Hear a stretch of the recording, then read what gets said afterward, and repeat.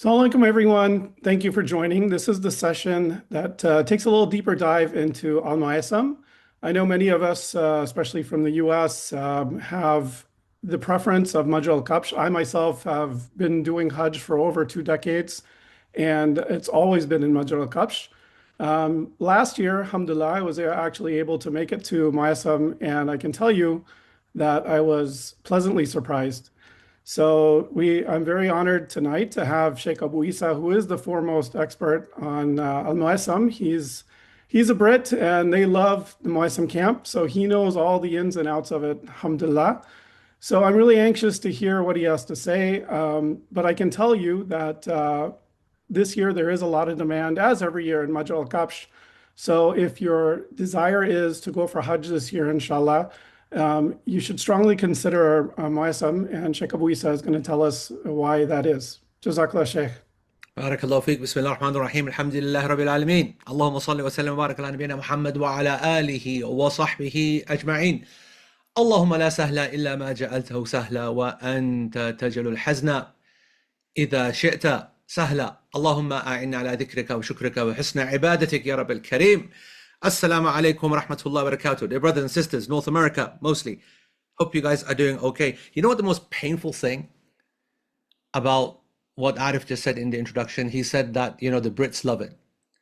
And in classic American hegemony, dominant mindset, Trumpian world thingy, it's only the Brits there, and it's still known internationally and in Saudi and with the locals and in Mina, known as the North American camp. Inna lillahi wa inna ilayhi raji'un. You can't even count 5 North Americans in there. Called North American camp. Unbelievable. Always want to take over everything. They're not even there and they still want to take it over. Allahu Akbar. Anyway, brothers and sisters, so it's great to be back here. I had a real fun time. And I bet you didn't think that was the case in a Ramadan reminder, but I really did have a fun. It was just nice. There was a lot of energy in the Q&A and the chat on Saturday night. We're back again now for something a little bit more technical and something a little bit more, I guess, time sensitive, right? Because the truth is that what I find fascinating about the whole Hajj thing is that it was never ever meant to be like this. It's a madness. You're going to hear this word a lot today, madness. It's a madness what the Hajj has turned into, right? I mean, you think some people have been involved in this current season with its everything that from verification and forms and using photo bots and resizing and 200 pixels versus what the hell is a pixel, what's an 800 pixel, blah, blah, blah. And then passports and glaring photos and then health disclaimers, and now they're saying new stuff on the new health disclaimer, such unbelievable bureaucracy. And then you've got to then think of which package, what's the difference, who to go with, the service providers, what's the pros, what's the cons, whatever. It's an absolute, what I call Hajj before the Hajj, right? It was not meant to be like this. That the entirety of the Hajj experience has been reduced to us thinking about camps, beds, distances between shoulders. Do we have a physical separation or not physical separation? Is it 5 minutes to the Jamarat? Is it 35 minutes to the Jamarat? Or is it 45 minutes to the Jamarat? And what is distance anyway? Who actually goes and measures distance based upon walking between the two areas now? And how will it change in the middle of the Hajj season? There's such a fanatical, and I'm not saying necessarily a haram or wrong or whatever, but a fanatical level of focus on the logistics that I kind of feel that we're missing, as they say, the wood for the trees, where you're so close up to something, you don't get to see the whole picture. And right now, we're forgetting that we're trying to set off on a journey, which is one of the linguistic definitions of the word Hajj, to Allah subhanahu wa ta'ala, that if you don't go and change in some meaningful way, don't expect Allah subhanahu wa ta'ala to do the other form of change in a different type of meaningful way, a spiritual way. Because everybody, when they go to Hajj, the one hadith they all know is that the one who returns from the Hajj successfully, meaning accepted and forgiven, is like the day that he was given birth to by his mother. Now, you are a grown adult, you don't look like anything like a baby, and yet that's exactly how you have been described. Your form in the eyes of Allah subhanahu wa ta'ala, metaphorically, obviously, has completely changed. That's what you're hoping for, that's what you're expecting. But frankly, it's outright insulting to expect Allah subhanahu wa ta'ala to do his bit and for you not to have changed the way that you think, the way that you perceive, the way that you have recalibrated all of your values. Because one thing that you have to understand, is that the Hajj is out there to reset everything that we believe and that we see. I remember listening years ago, to a lecture where the lecturer was describing this could be like 20, 30 years ago. Might have just like started practicing or something. I don't know. Anyway, he said that the people were complaining about the masjid being busy, and which is a pet hate of mine. People who complain at Jummah. You know, when you go to Jummah and you know that there's a lot of people, and sometimes if it's cold outside, like right now, yeah, and it's raining and it's snowing outside, and so the imam might make the announcement that, right, guys, today, or you know, for today, the salah, we're going to go half lines, right? And I hope that your masajid do that. And if they don't, I hope that you go to your trustees and suggest that. Because if you're late, it's not nice to be praying outside in that scenario just because you're late or because it's really busy, because, you know, the parking is more difficult because of snow, blah, blah. You get the point. So we're going to go half lines. Now, half lines means that, obviously, where you've got a full space to go and make the sajda, now you've got half the space because we're all going to cut in to double the capacity for the salah itself. You might say, it's not possible, I don't have the space, whatever, whatnot. Well, the Sahaba actually help us out here. They described exactly how that works. And they gave the example that, so if this is the foot, if someone's in sajda, and this is they're like that in sajda, and the foot is up. So if this is the foot itself, and this is the hamstring, so this is the heel, and this is the hamstring of the leg, they said that we prostrated on the actual legs themselves. So not only have you got people that are like making sajda like that, right? So not making sajda directly, but to the gaps, but they made sajda on top of the actual, the hammy as we call it, the hamstring itself, the Achilles tendon, the hamstring, the Achilles tendon, right, yani at the heel. I want you to think about that. That is what they understood needed to be done in a time of need, because there's so little space. And my pet hate, and so help me God and so help him God, if I'm next to a person who says, I came half an hour early just to avoid this, they're normally the kind of moaners in the front row, yeah? And I'm next to that guy, and he's like, I don't want to move, I don't want to squash up, I don't want to whatever. And I'm always on the same line to that guy, always. I said, brother, if you want to have a spacious, really open kind of prayer experience, try Fajr. We don't see you anywhere. If you're going to go get snarky, then we can get snarky as well. You come once a week to the Jummah, act like a king, think you own the place, and want everybody else to pray outside like a bunch of tramps, yeah? Humble yourself. You want space. You want ease. You want not like, you know, acres, come Fajr. Plenty of space, bro. This is Jummah. The word itself comes from the word to congregate, to get busy and to come together, right? It is something which made me wonder. And I know I've gone off on a tangent, but he says that one person come to me and he complained about how busy it is in the masjid when they want to do these big events, and for that prayer itself, they squash in. And he said to him, I can understand them, meaning the non-Muslims, the people who own the concept of personal space and all this kind of stuff, right? I can understand them having a real problem with this. But how can the Muslims? We do Hajj. And I just want you to understand that statement. We do Hajj, meaning that that experience itself has to have recalibrated the way that you think. So in a normative scenario where a person would answer according to the normal cultural values and principles of that time and place or that era, the Muslim is essentially leveraging off the experience of the Hajj because he's done it right to make sure then that every other response that he makes in that normative scenario is now done correctly in the eyes of the believer, who, even if they don't go to Hajj, is meant to respond like a person who's been to Hajj. But if you have been to Hajj and you're not responding in the right way, which is like, hey, it is what it is. I'm not meant to go to sleep like this. I'm not meant to eat my dinner like this. I'm not meant to live 24 hours a day like this.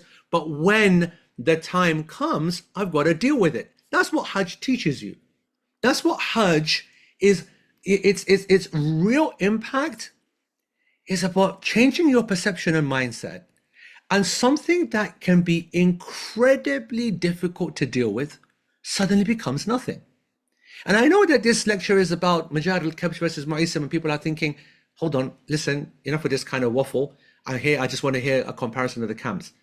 Guys, I have a very detailed lecture that has been done with some of the people that are hosting this webinar, and they'll give you the link, and it's got maps and stuff. So don't worry about if you really want to see where Majad al-Kabsh is and where AlMuaisim camp is and how far it is, and you want to, understand the nitty gritty. No problem. If you're that obsessed with the logistics, and I don't mean that I know that sounds patronizing, but if you are, if that's what you're here for right now, you'll get a YouTube link. If you need an early night, off you go, early shower. But if you want to learn the real lesson that I'm obligated in front of Allah subhanahu wa ta'ala, so that I can say, oh Allah, bear witness that I did this.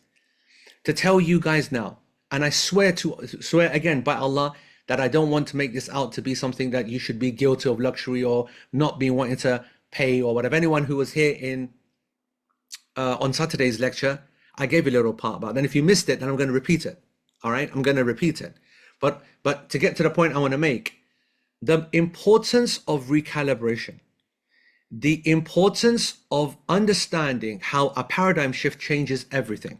If you think about the hadith of the prick of the thorn, is a good result for the believer, right? Which, let's be honest, is not, because it hurts, because it's blood, and it might be a lot, and got to deal with it. Some scholars say it breaks wudu, others don't. But all of them would agree that it's messy. Headache, and it hurts. It really hurts. How is it good? But suddenly change your perception of what actually happened. This hurts. I take that every day of the week if that's how easy it is to expiate sins. The importance of regularly as a believer, and that can only be done by the believer, not by the Muslim. The Prophet ﷺ said that when he said "Ajab al-amr al-mu'min," right? That it's amazing the situation of the believer, because the believer is always linking everything that they experience with the iman and with Allah subhanahu wa ta'ala. Muslim is low level, right? Remember, you know this, right? That there's categories here. You have Muslim, and then you have mu'min, and then you have muhsin, person who is on the next level of ihsan. But iman, mu'min, is higher than a Muslim, higher level, right? And it's okay to be a Muslim, but our aim is to become mu'min. They perceive different, they process different, they have a different calibration system, and their expression is different. And so when they get pricked by the thorn, they're not effing and blinding. They're like, all right, alhamdulillah, alhamdulillah, ala kulli hal. In every scenario, alhamdulillah. I want you to imagine another hadith. This is a bit graphic, guys. So if you've got kids, hands and ears. The Prophet ﷺ said that on the day of judgment, once the believers enter Jannah and they see that they enter Jannah because of the difficulties that they went through and that they were patient with, which, by the way, just want to throw something out there. I'll speak to myself first and I'll speak to you as a Western audience. Is absolutely the only way that the vast majority of us are getting in. Because with my greatest love and respect to myself and yourselves, we're not exactly ibadah machines, are we? You're not exactly your grandmother and your grandfather, are you? Praying all day, praying all night, doing nafal all the time, sadaqah all the time, reciting Quran all the time. You're not, are you? Right? I'm not, am I? I know I'm not. I'll put my hand up.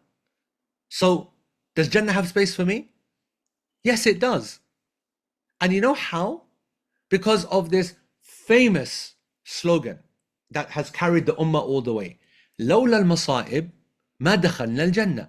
If there wasn't such a thing as trials and challenges and difficulties and hardship, we would never have been able to enter Jannah. Because I'm not able to motivate myself or be disciplined enough to put forward good stuff, good yani akhlaq, always on it, locked in with my behavior and my deen.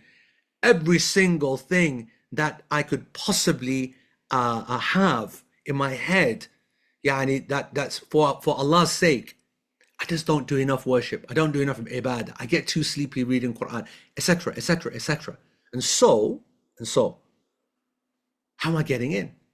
Well, there are many routes into Jannah, and one of them is embracing the madness of day-to-day life, in which Allah subhanahu wa ta'ala sends trial, some small, some big, some in Hajj, some with your husband, some with your wife, some with your kids, some of your work, some with some irritating thing, some yani little thing out of line OCD that has such a massive impact upon you. Never belittle a person's trials. Everyone suffers differently, but everybody is suffering. Everybody is suffering. Don't look at the smiley faces and the happy and all this facade. It's a facade. It's a facade. Everybody is struggling. Who's going to be successful at dealing with that struggle? It's not about solving it. It's about being patient with it and seeing whether that's sustainable. Can you deal with it? Can you get rid of it? And if you do get rid of it, what are you going to replace that as a source of good deeds? You know why this is so important? You might be thinking, what on earth is going on in this lecture? I didn't come here for this. Because I don't know of anything more important to aim for in the Hajj, and I don't know of anything more important to go into the Hajj with. Wallahi, I don't. Because if you are looking at every moment that you're going through, all this headache, all these webinars after webinar, after banal, inane webinars, just on and listening to me drone on and talking about this and that and choose package this and flight that, think about quads and triple, yani camp. It's mental. It's tiring. It's the Hajj before the Hajj. But if you see this as all part of the preparation, all part of that which is spent fi sabilillah, I will be patient. I will embrace it. I will put myself into it.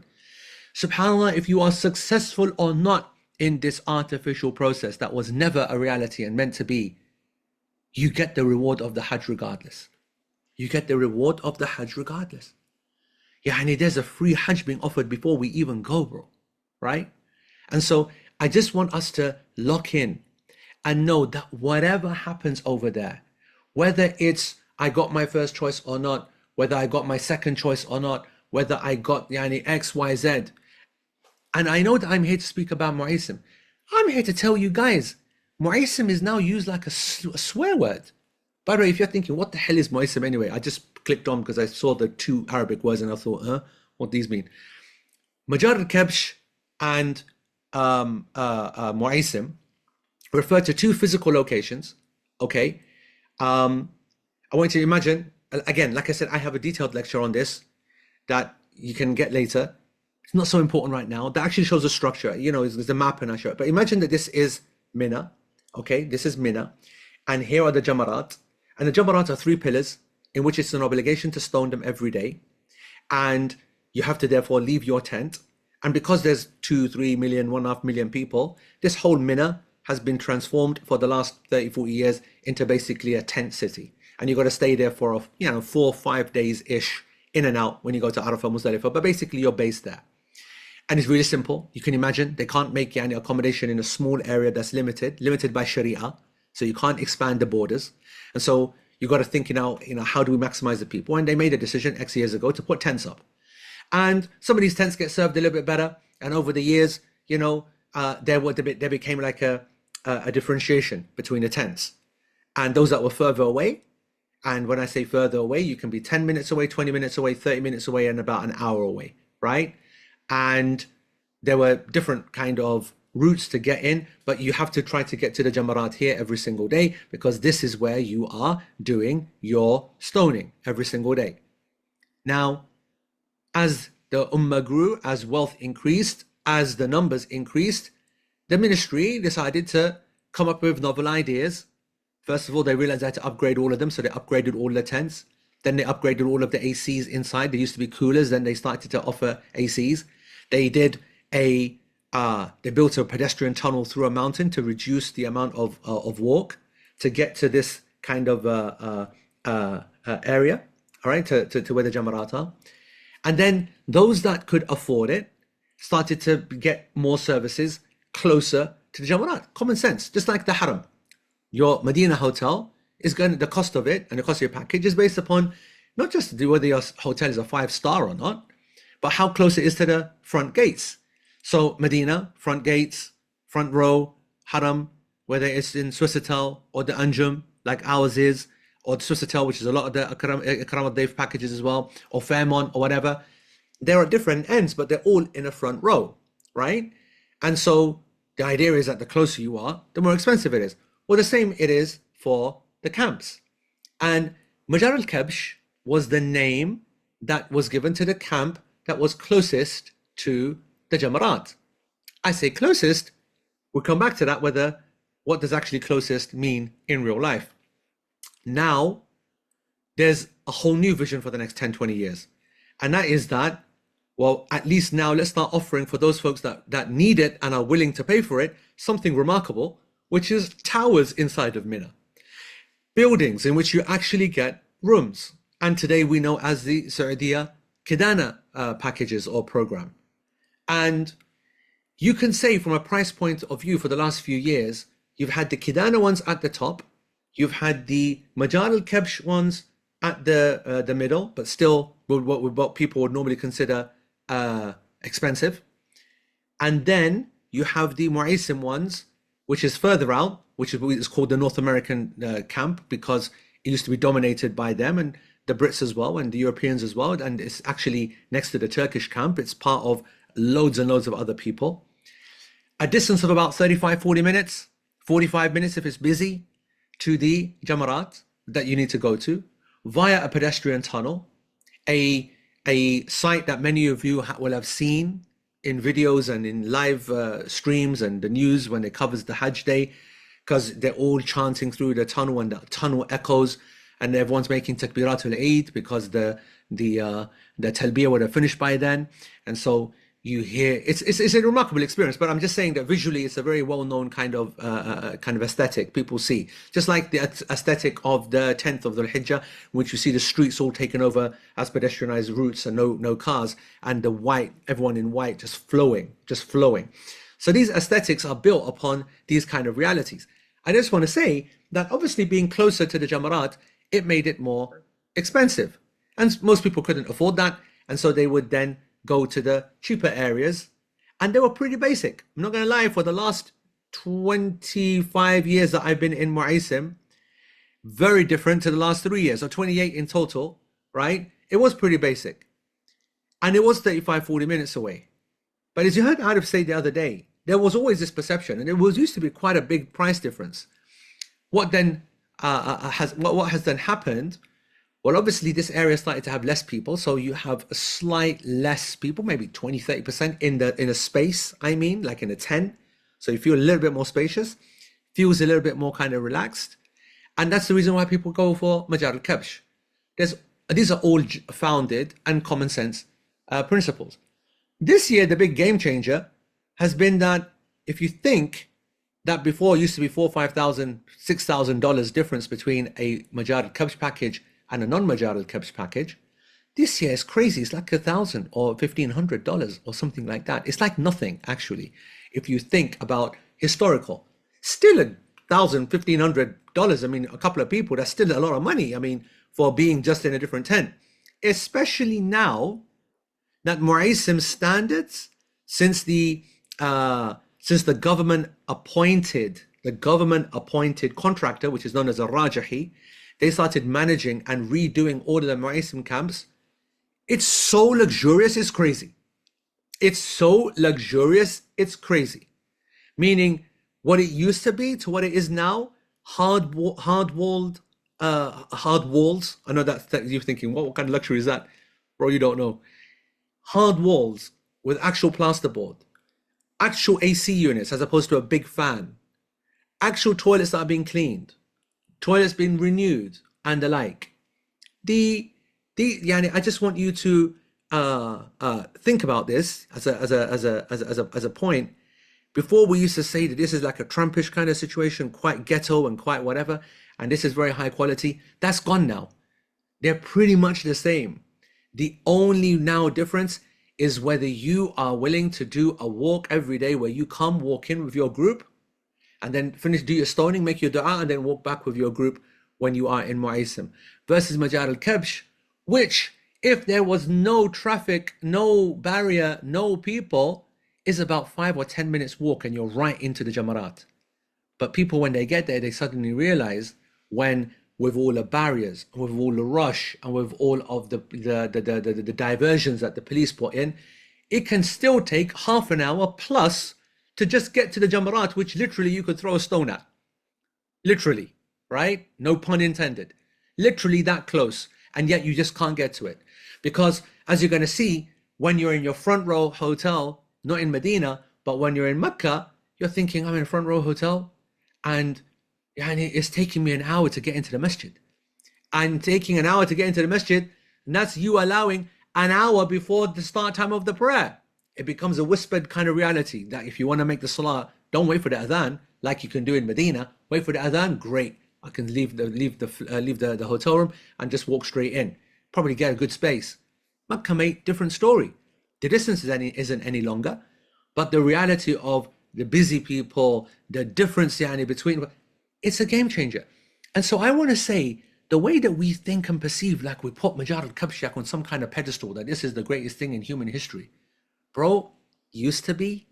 It could have been justified. It's something incredible. Is it closer? Yes. If you're a person that wants to go and stone themselves every day, is it a shorter walk? Yes. But if you're thinking that from the other side, from a Muaisim angle, that you have to go to stone every day, you didn't understand the fiqh in the first place, meaning that it's not something which you are obligated to go and do yourself anyway if you are infirm or elderly or not well. And you delegate that kind of thing. Meaning what I want to essentially say, that the way that we perceive the different challenges that come across on our Hajj journey, whatever that challenge is, whether it's a lack of personal space, whether it's someone else in our personal space, whether it's people being too close, whether it's the auntie next to you that keeps, interrupting and saying that you're praying wrong, or that your hair's showing, or that you're whatever, blah, blah, blah. If you're not framing every single one of those interactions in the right way, if you yourself are just seeing everything as an irritation or as a war or as a downgrade or as a whatever, and the opposite as well, by the way, the opposite as well, you're starting to see this in the last 1-2 years, a lot of kind of snarky kind of, I don't know what the right word is, but kind of, what's jealousy, but like snarky kind of attacks on the other way. So from Muaisim folks to Majar al-Kabsh, like they're like, the privileged lot. They're the posh folks. And especially if you're in Kidana. Oh, A'udhu Billah. Kidana. What are you even? What are you even doing even? That's not even Hajj. That's a joke. SubhanAllah, can you imagine that? Can you imagine someone who's been blessed with the money that they have, the wealth that they have, and they decide, instead of going to some stupid holiday in XYZ location, they decide to put it into the very best and most comfortable experience in which they believe that they're going to thrive. Condition, of course, from my side is that you better thrive, and after you're paying all that flipping money, you better thrive. But if that's how they understood it, and they need that room, and they're willing to drop 30, 40,000, whatever, I don't know how much it costs, and you're looking at that and saying, that's not Hajj. Bro, I would love you to say that to the Prophet ﷺ when he's in his own single quarters, when he's got his own servants looking after him, when he didn't walk a jot. He is on his camel all the time, riding all the time. So Kidana is not some single kind of, some single cabin. You're still sharing in a room with other people. Majar al-Kabsh, You're still sharing with 50 people, 100 people, whatever it is, you're still sharing with other people. There's nothing more luxurious than you being alone, right? There's nothing more. Do you think that the Prophet ﷺ was staying in Muaisim? There was no such thing as Muaisim. Every one of the Sahaba, they stayed right in front of Masjid Khayf. Masjid Khayf is opposite, yani not so far, but it is yani close to the Majar camp. You won't get in if you're thinking, yeah, that's great, man. I'm going to be in Majar camp, so I'm going to pray in Masjid Khayf. You're not even praying nothing in Masjid Khayf. Nobody gets into Masjid Khayf. It is packarood to a different level. Yani forget it, right? But that's where the Prophet ﷺ stayed, super close. Why would you not? Why would you not be there and then just go in and stone directly from there? What would you say about the Prophet ﷺ's Hajj? Too luxurious? Luxury is not the problem here. Perception is the problem. It doesn't matter whether you're looking up or whether you're looking down or looking side or looking whatever. How is it that you are perceiving the journey? And I would just say to you folks right now, and I haven't even come to the common sense and logic here, right? About whether you want to secure Hajj or not. I just want to reach out to your better sense and say that please enter into this process now, and I mean now, and come Sunday, you will need it in a bucket load. So you know when you're normally getting ready for Hajj, and normally when you get to Mina, your leader, your guide will say, right, you know, all those bags of patience that I told you to pack, I need you now to start opening one and start taking it because it's a rough couple of days coming up. You're going to have to be patient with a lot of super, super hot yani weather and maybe some lack of water and a lot of hanging around and waiting about for a train and this and that, whatever. So I need it. But I want to say to you that some of those bags, let's yani open up and take a few spoons from it right now.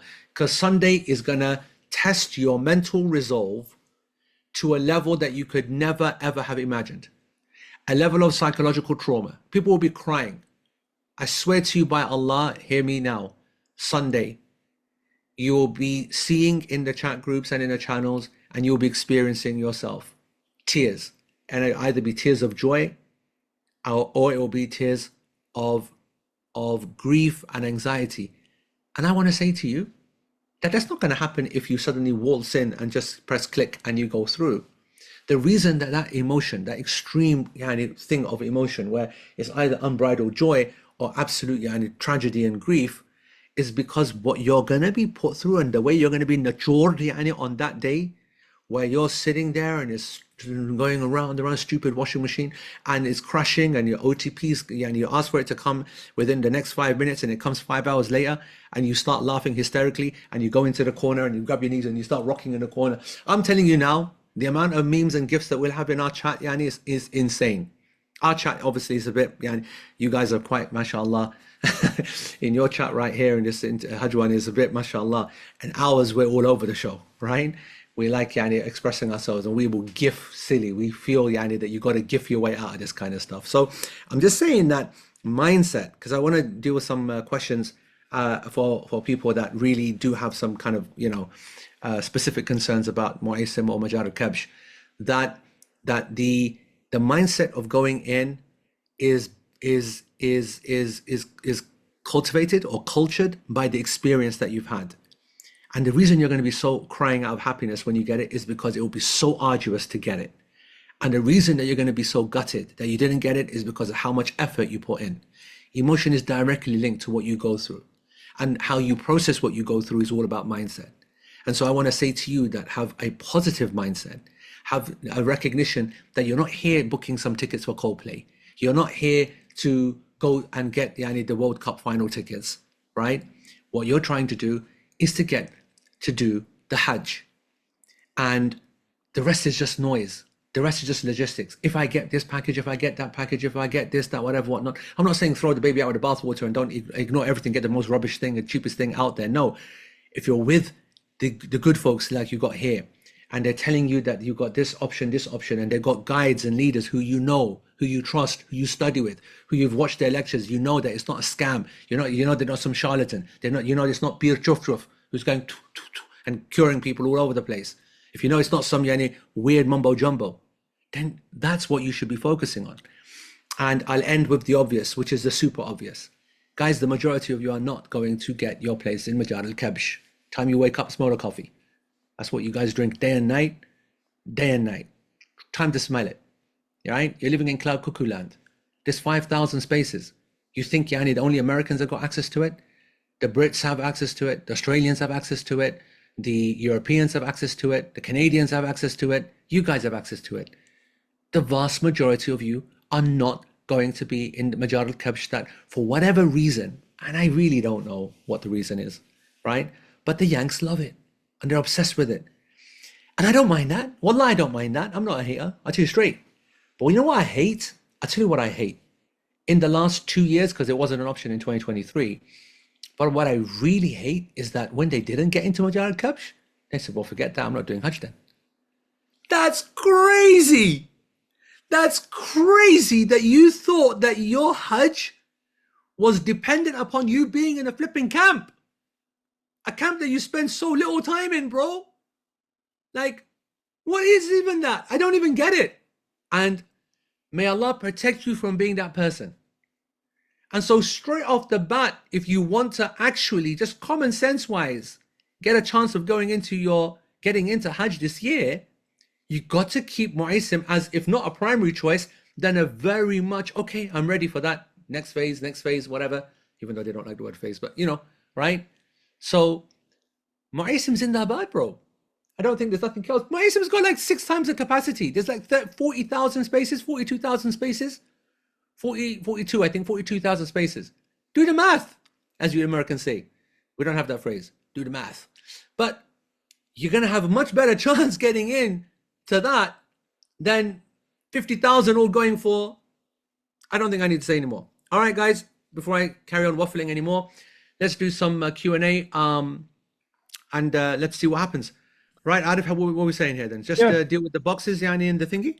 So, Shaykh, we have a hard stop at the top of the hour, so we got about Okay, 20 minutes. great. To all of you that are on, we're only using the Q&A box to answer questions. So, Shaykh, we got about, mashallah, we have 425 families on, so probably close to 1,000 people. If you Clearly, it don't, must be clearly it must be cold outside then, bro, and they must be bored. no, I think there's a lot of interest in Muassam. So thank you for your presentation. Like I said, when I went to Muassam last year, I was pleasantly shocked and surprised at the level of comfort that they have there. So Yeah. yeah, you're absolutely That right. used to be a Improved a legitimate lot. complaint. It used to be a Yeah, legitimate complaint back in the day. Bro, there is nothing left now to complain about. right. I I Exactly.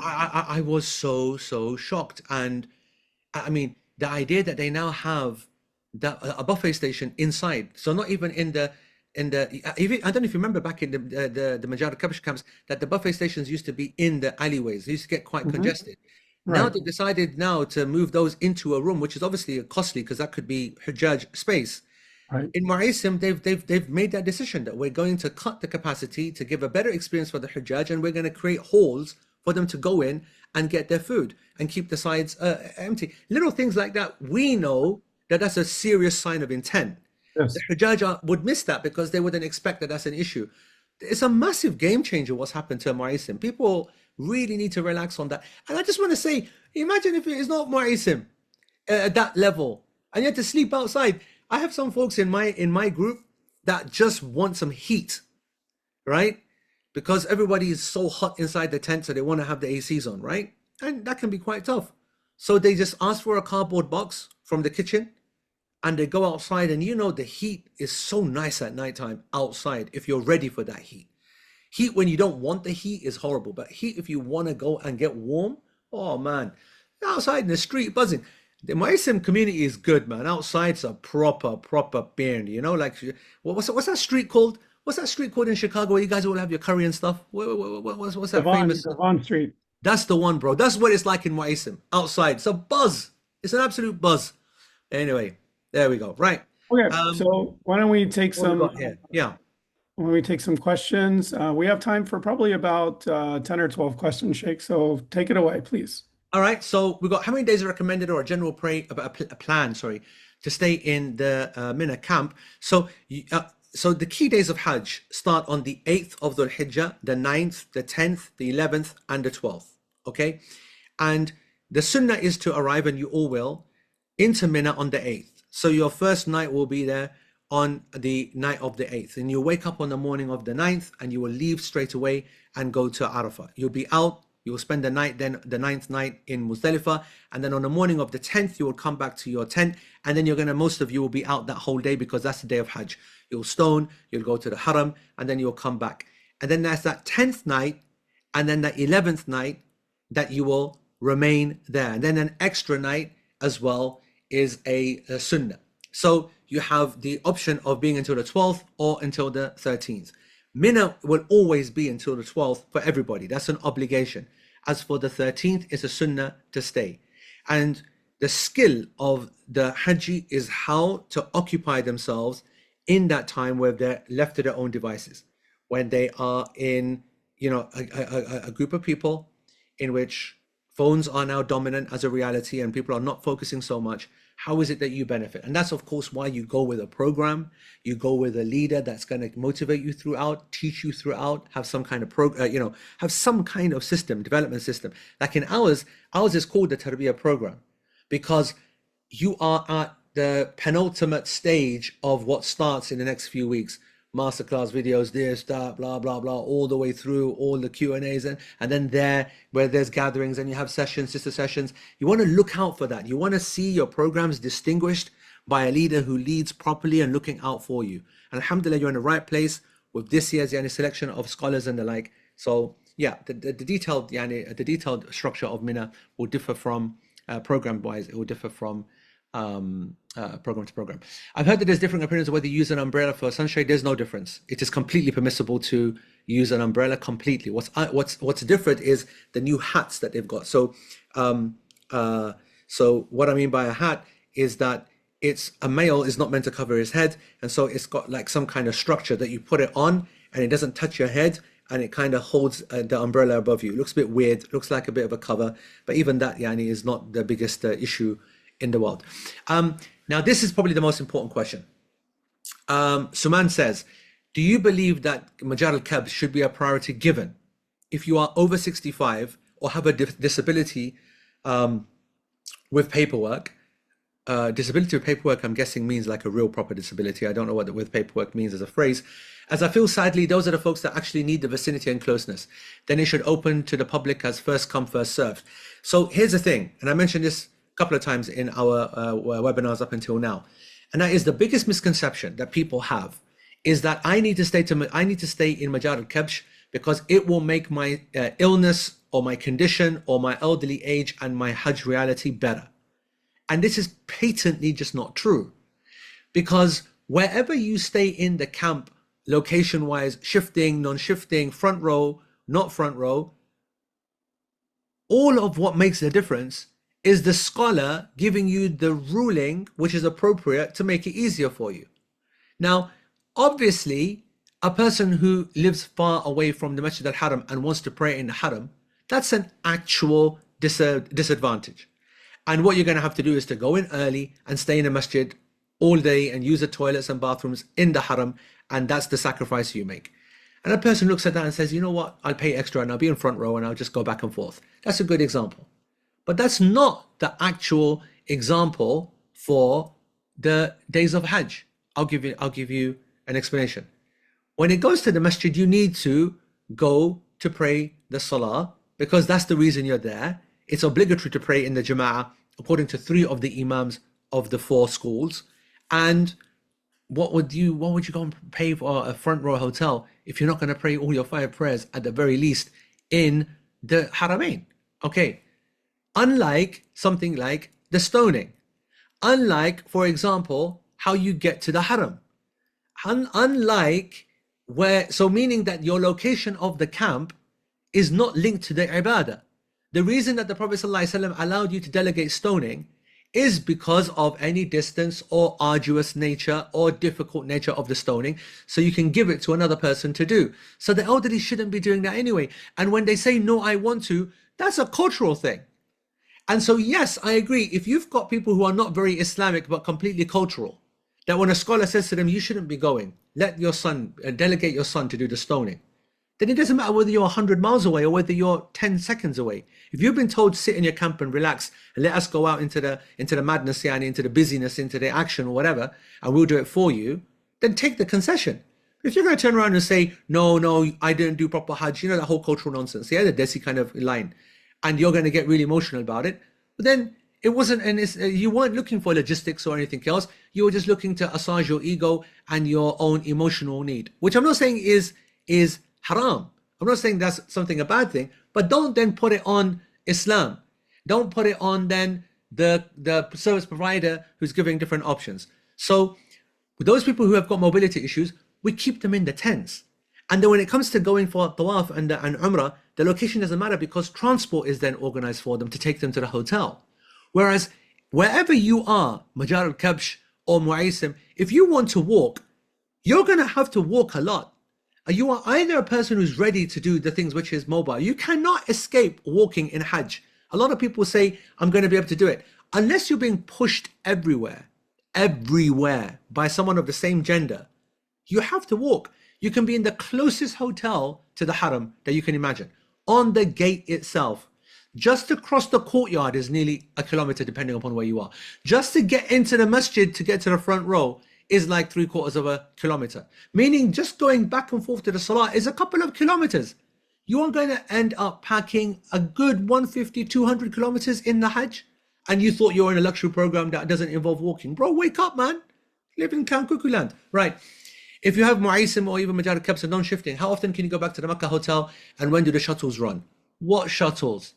Even with the best intention and the most organized service providers that used to be able to do this back in the day, it is extremely difficult to be able to offer something when there are hundreds and thousands of people on the roads and the police not interested. They close all of the roads and make them pedestrian routes. My advice always is never have a plan depending upon transport to go back to the haram. If you are non-shifting and you have a hotel, this is one of the reasons why, as an argument, we say to people that non-shifting isn't as all as cracked out as it's got to be, because you still got to get to the actual non-shifting hotel, which is miles away in the haram.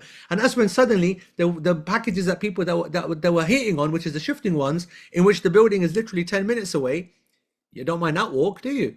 Every day going cheeky back and forth from the Jamarat, go in, come back out. Shifting turns into a great result. That's one of the advantages. So, like I said, it's 6 of one and half dozen of the other. Always pros and cons to every aspect. What do you recommend? Should we just start with AlMuaisim and drop the idea of Al-Khabsh for a better chance? That's not even a starter. That's obvious. 100%. If your focus is maximizing your chances, then let's just do the math. We've got 30,000 people. And according to what the general kind of estimate is, maybe more, maybe a bit less, trying to get in for 5,000 spaces.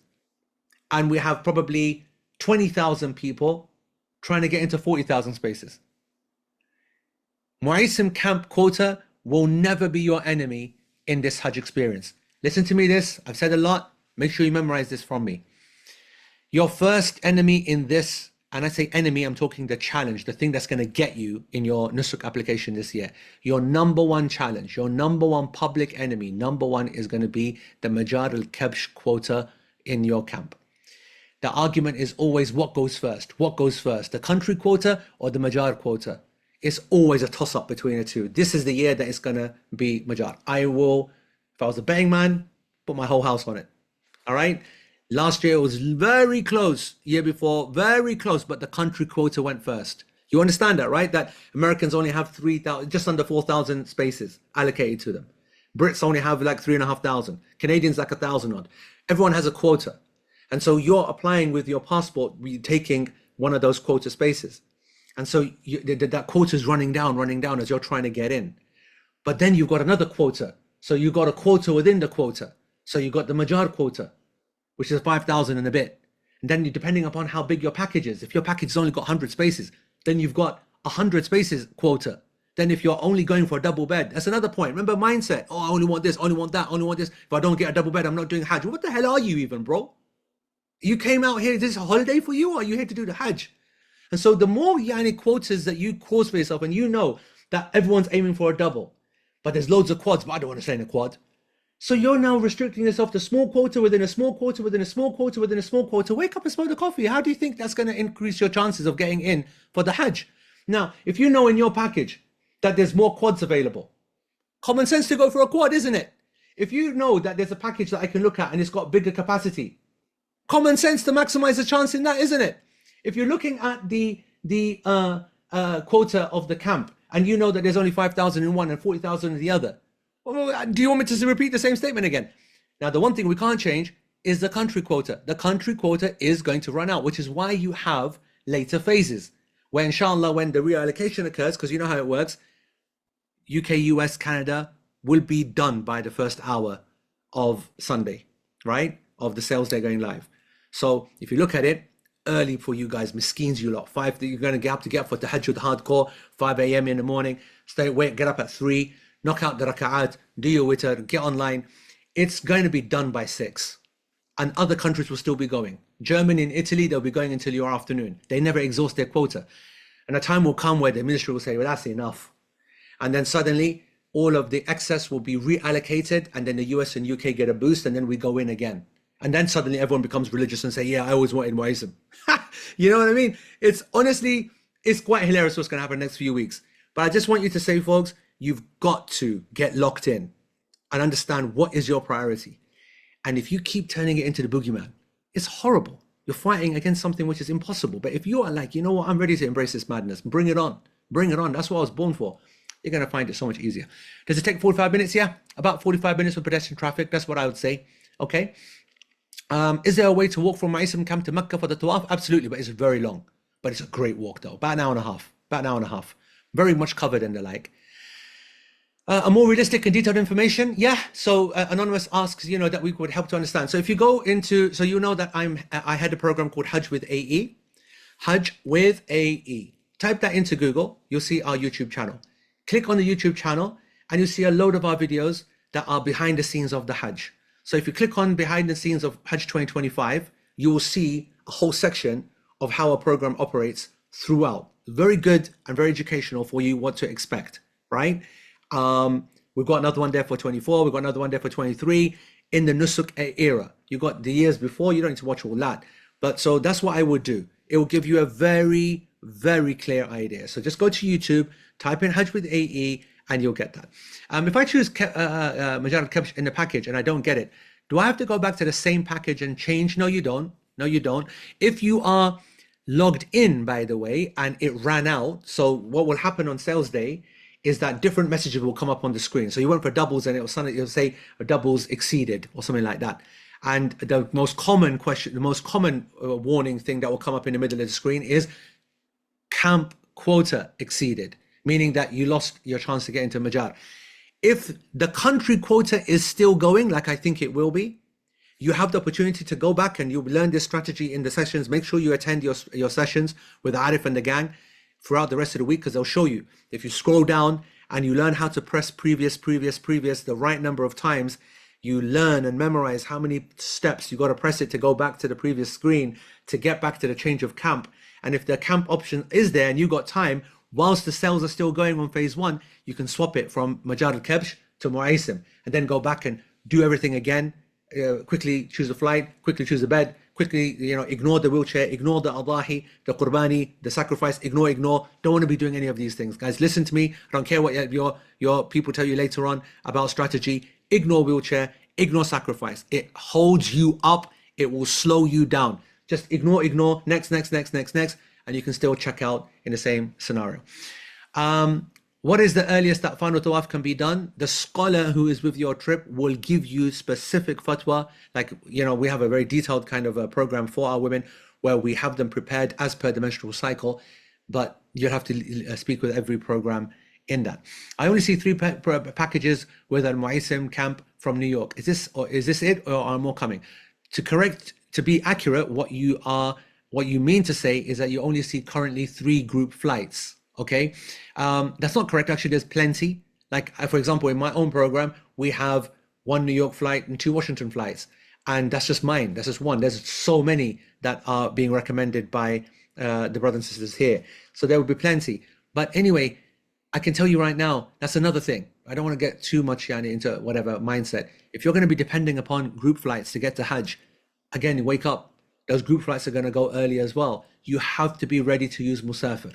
You have to be ready to try to customize a flight. You've got to practice on it all the time. Look at different options, write them down. Look at your favorite ones, write them down, write the details down so that you've got an option one, option two, option three. You don't necessarily always need to change the package, because before the package fills out, probably the group flight will fill up firstly, and it'll say flight exceeded. So now you pivot. You pivot to the Musafir flight, and you don't waste time because you've already practiced so much, and you don't check the flight. Let me have a look. What time's that arrive or not? You already know the flight. You've become familiar with the flight. So you've written it down and you studied it. So as soon as you see it, you quick select and go. That's how you save time. The people who don't have the strategy for this are the ones who mess up. Can we use an e-scooter? No, the coppers will get you. The coppers meaning the 5-0. They'll do you over.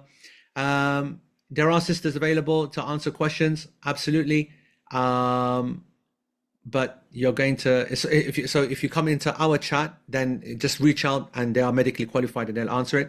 Do they run buses and trains from Aisim Jamarat? None at all. None at all.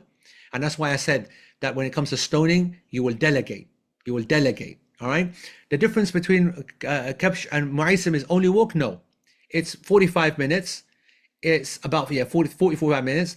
Muaisim and Majar Kabsh is closer, and Majar Kabsh has a slight, I would say, like a 20% less kind of load on the toilets and on the whatever. It's difficult to put a number on, but it feels a little bit less.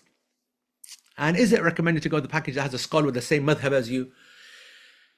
In general, yes, but that depends upon the scholar, right? Because some scholars are not qualified in fiqh, right? They're just like a speaker, they're like a motivational guy or a sister or whatever.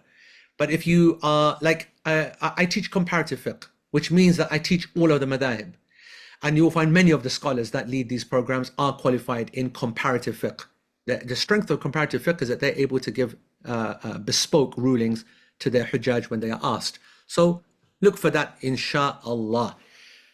Whew. And that's an hour. Oh, amazing, Shaykh. Jazakallah khair. Bro, come on, man. Put some smoke on my name, bro. MashaAllah. Wow, on the dot, too. MashaAllah. MashaAllah. Jazakallah khair, Shaykh. And for all of you, we have office hours every day. The timings and the link are listed in the Telegram channel. So if you have any questions regarding topping up e-wallets, selecting packages, getting approved for your account, you can ask all those and many more questions either on Telegram or on the live sessions. Sheikh, thank you so much for clarifying that AlMuaisim should be an option for all of us. So Jazakallah khair to you. I'll let you close with the dua, inshallah. Barakallahu feek. No, I thank you, Arif, again. I've just posted the link to go to the channel where you can get all of that support and get your questions answered. And the sisters that had the medical issues, then you can reach out to me from there. And those that need that extra support and confidence, I want to say that you couldn't possibly be better, and you couldn't possibly be in a better place right now. Meaning that the support team that right now that you're having and the guys here, they are trusted people for a reason. So lean on them. And to end, I pray that Allah subhanahu wa ta'ala allows us to see the light and true meaning behind the Hajj and allow it to affect our hearts in a way that actually induces proper transformation and not just a pseudo form that's just relevant for the moment. I pray that Allah subhanahu wa ta'ala guides us to the right choices. I pray that Allah subhanahu wa ta'ala makes the process easy and allows us to remove all of anxiety and grief and stress during that.